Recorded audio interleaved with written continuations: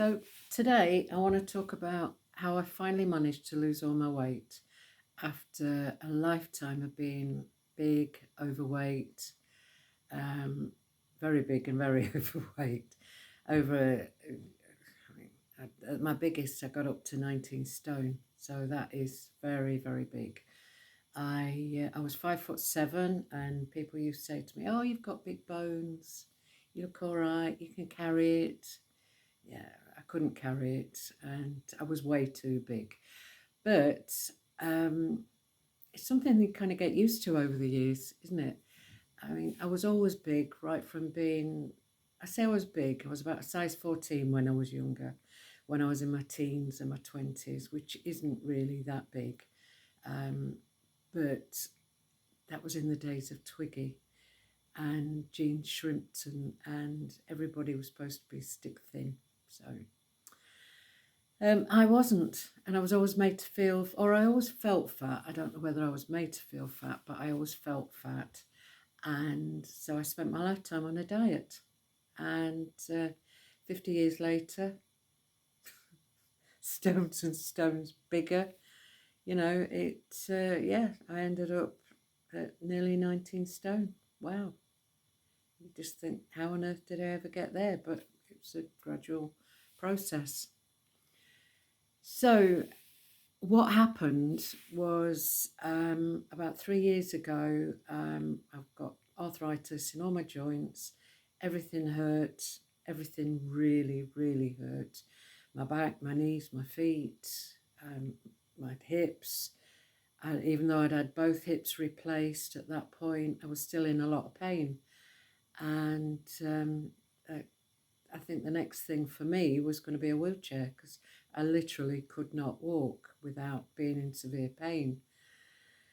And along with that, I was feeling really bad, really poorly, just I got no energy. I didn't want to get out of bed in the morning, and life was just shit, really, just absolute shit. So, when you get to that point, you think something's got to change here. I've really got to do something about this. And I tried everything up until this point. I'd done Slimming World, I'd done Weight Watchers, Rosemary Conley, Hip and Thigh. I'd done them all several times over. I'd done the cabbage diet. I'd been to the doctors and explained that, I was on a diet, but I wasn't losing weight. Nothing was, I'd join a slimming club. I'd start the diet. I'd be absolutely follow it to the absolute point. The first week maybe I'd lose 5-6 pounds, but that was all water weight. Week after that, nothing. Week after that, nothing. And you just get fed up of being on a diet and not losing any weight.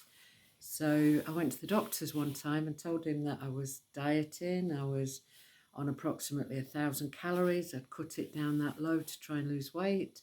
And he just looked at me like, yeah, right, I've heard it all before. You're on a diet, you can't lose weight. No. And he actually gave me a diet sheet for, it was so basic. It was something like 800 calories a day. And looking back, that's just crazy that a doctor would do that. But he did anyway, because that's how they rolled in them days. So to get back to where I was just a few years ago, I thought, what am I going to do? I've tried everything. Nothing is bringing the weight off. And a friend of mine was on the keto diet. And I didn't really fancy it because I didn't want to, I know it was high fat, high protein, lots of meat, which I don't eat, and very high in fat. And I think that is how it works. But I just didn't want to put that amount of fat into my body. So what I decided to do was just cut down on my carbs. I cut out potatoes and bread for about 3 months, and the weight literally just melted away, literally just fall away from me. I'd say it was easy. It wasn't easy in the respect that I still had to make that effort. But after years and years of trying to lose weight and nothing happening, it was amazing that suddenly the two things that I was doing, well, three things. I was consciously eating a lot more protein, although I didn't really know what I was doing at that point, but I was eating more protein. And I'd cut out potatoes and bread. No bread, no potatoes at all for approximately 3 months. And it just melted away, thankfully. But what I did do was I got to my ideal weight, I think, would probably be about 11 stone. I mean, if you look at the chart, it always said I needed to be between 9.5 and 10 stone. But I've got really big boobs, and I'm not sure that I would want to be comfortable at that weight. However, I wanted to be more than 12 stone. I got down to 12 stone and then nothing would shift at all again. I was stuck again. So 6-7 months, I kind of just ate normally, put a couple of pound on here and there, took it off, up and down a bit. And then I thought, right, I've really got to get serious about this. I've got to research and find out what's happening to my body. And it seems now, looking back, I mean, it all makes perfect sense. But it's something called, and I've forgotten what it's called, so we're going to have to edit that bit.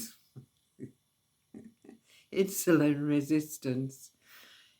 I was insulin resistant along with many, many, many other post or menopausal women.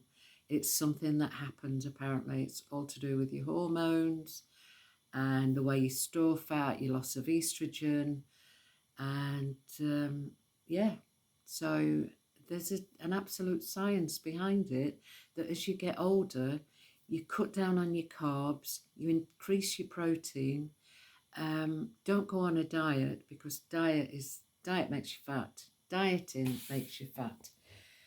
What you need to do is just fill up on whole foods, whole, nutritious, so good for your body. Whole food, plant-based living is just wonderful for people of our age. I was going to say women, but it's got to be men as well. It's not just women. So, yeah, do it. Absolutely, just give it a go. Cut down on your carbs. I think if I'm trying to lose weight, I try and keep carbs under say 100 carbs a day. Protein should be about 120, 150. It's sometimes difficult to get the protein in, but there's protein drinks, vegetables, broccoli's got protein in it. There's so much information out there now. So yeah,